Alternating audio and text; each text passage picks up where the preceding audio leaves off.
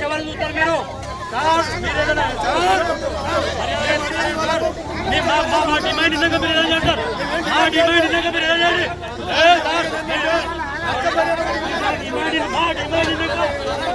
మా demand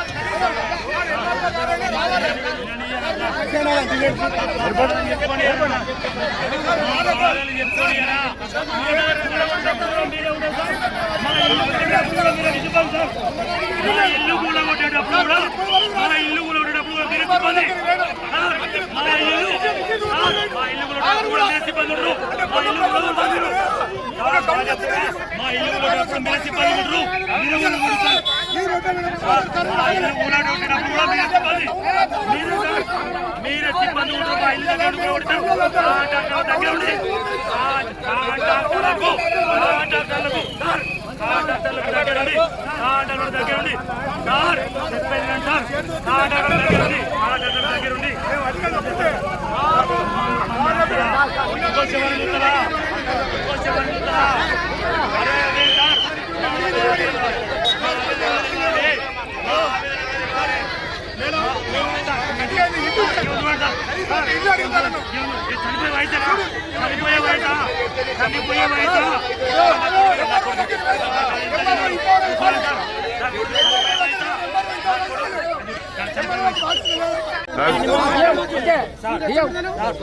Sundaragiri village sir, Sundaragiri village. మా అత్త పేరు మధుర, గుర్రం మధుర సార్. చాలా మంది ఎంతో మంది ఇల్లు లేదు, వీళ్ళకి కనీసం ఒక గుంట భూమి లేదు, ఉండడానికి ఇవాళ ఇల్లు లేదు, పూర్తిగా కోల్పోయారు. చూడడానికి కావాలంటే నోటీస్ ఇచ్చిన కానుంచి మా బాబాయ్ కానీ మా చిన్నమ్మ కానీ ఎంఆర్ఓ దగ్గరికి లోకల్ పత్రికల దగ్గర కూడా పోవడం జరిగింది. కనీసం ఇంతవరకు వాళ్ళకి ఈరోజు ప్రారంభమైంది. ఎట్లా ఇప్పుడు ఇద్దరు పరిస్థితి ఏం కావాలి? ఇద్దరు కొడుకులు ఉన్నారు, ఒక బిడ్డ ఉన్నది. కనీసం వాళ్ళని ఇక్కడ చూసే వాళ్ళు ఎవరు ఉన్నారు? ఇంటికి పెద్ద కూరగాయలు అమ్మే పిల్లలు నలుగురు లాగుకునే కుటుంబం. రోజులుగా అనారోగ్యం వల్ల కళ్ళు తాడ్చెట్లు ఎక్కలేకపోతుండు. అతని ఆరోగ్యం బాగలేక వాళ్ళ భార్యతోనే అతను కూరగాయలు అమ్మడానికి పోతుండు. ఆమెకు సహాయంగా ఉంటుండు.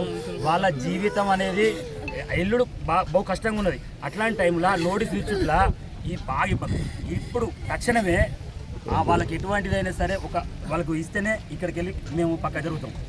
అంతే తప్పితే ఇంకో ఏం చేసినా మమ్మల్ని ఇక్కడ ఏం చేసినా కూడా మేము ఇక్కడికి వెళ్ళి వదులుకోవడానికి సిద్ధంగా లేము. అంతే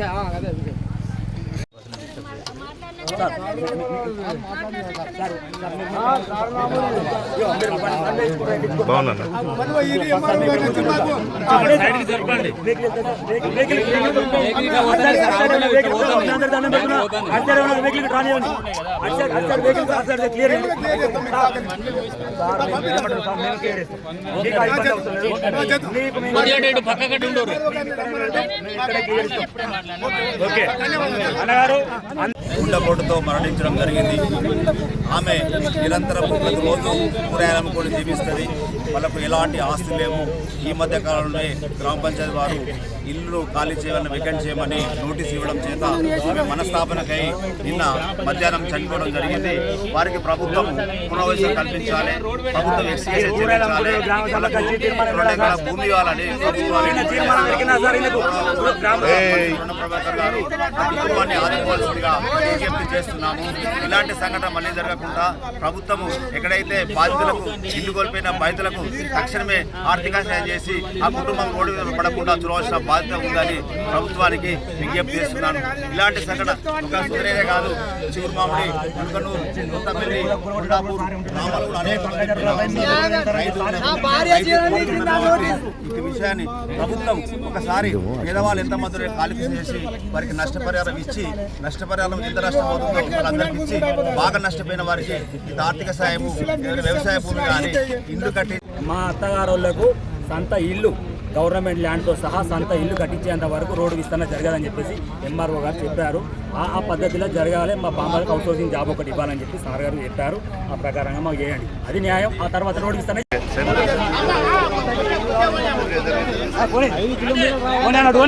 తలుగుతే ఇబ్బంది ఏమన్నా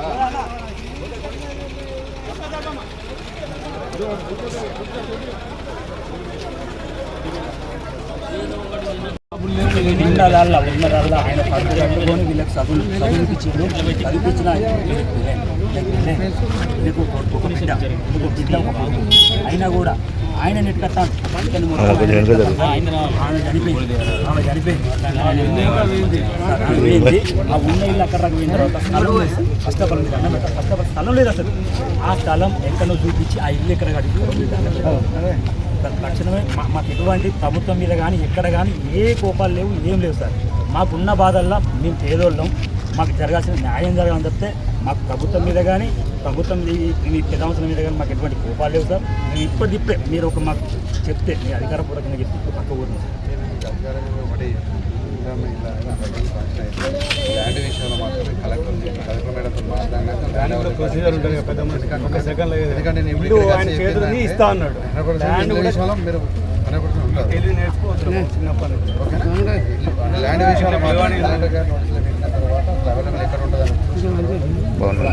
ఎక్కడన్నా ఇప్పుడు చెప్పండి సార్, దయచేసి మీరు మళ్ళా వీళ్ళందరూ చూద్దాం సార్. మనం చెప్తున్నా మా మామ అనేటైనా ఎక్కడ కానీ సార్ ఎక్కడ కానీ మా మామ గ్రామ పంచాయతీ కూడా పోలేదు సార్. మా మామ గ్రామ పంచాయతీ కూడా పోలేదు.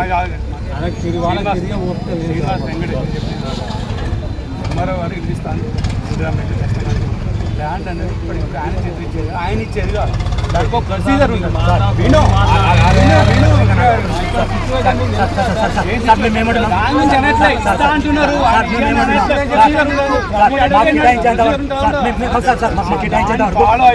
మాకు కేటాయించేంత వరకు రోడ్డు విస్తరణ చేయకండి.